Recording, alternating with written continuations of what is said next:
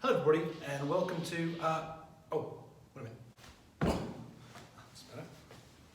Hello everybody and thanks for taking the time to watch my very first Ingleton Wood John's virtual Christmas speech. This year I plan to have a lot more time to prepare for the speech than I usually do, but once again I'm right up against the wire of Christmas and I've only just got around to doing it now.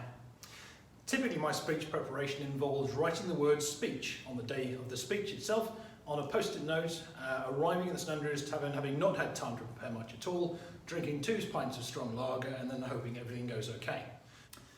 This new format allows me the new ability to edit as I go, so you just get the best bits and none of the live bloopers.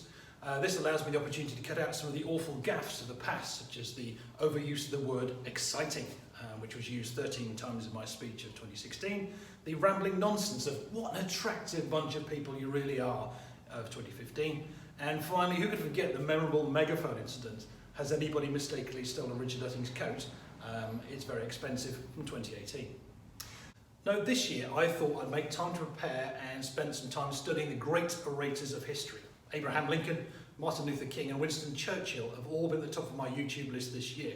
I realised that I had the most in common with Mr. Churchill. However, not through the masterful use of the English language or the statesman-like appearance, but merely in the fact that he's mostly bald like me. And to be honest, that's about it.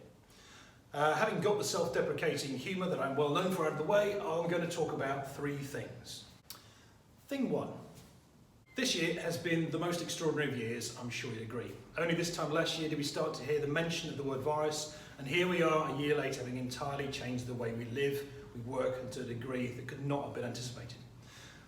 Despite the challenges of COVID, it's been another amazingly successful year of growth for the practice. We've worked really hard to look after the welfare of all of our staff and to keep the great team together. Our staff have persevered through a really uncomfortable period of work and demonstrated a huge amount of commitment to their roles in keeping the Ingleton Wood machine rolling, for which we're really grateful. The work on the screen is just a small example of what we've achieved over the last year from the Norwich office, and I'm both proud and grateful to them for the work they've generated.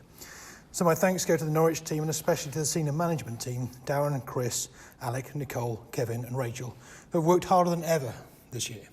Number 2, I'd like to thank our clients who've continued to drive their projects forward with commitment and positivity. It goes without saying this has helped to keep our business going through these last few months, and we hope to continue that work into 2021.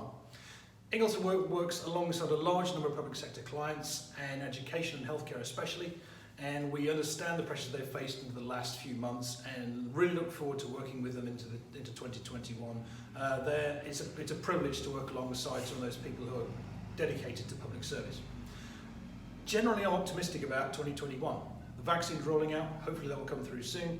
I sense that once we get past this obstacle, we'll be ready for a resurgence of activity and new business into 2021, which will be really cool.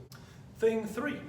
This year, as we're not able to get together with friends and colleagues as we usually would, we're putting the money to better use with local charities who really need our help, more so this year than usual. Our 3 charities are the Priscilla Bacon Hospice, who are aiming to raise £7 million to help fund the construction of a much needed new hospice facility to help them continue their great work in more appropriate facilities suited to the really important job that they do. Our second nominated charity is the Benjamin Foundation, another great local charity providing grassroots support for young people and families across Norfolk and Suffolk.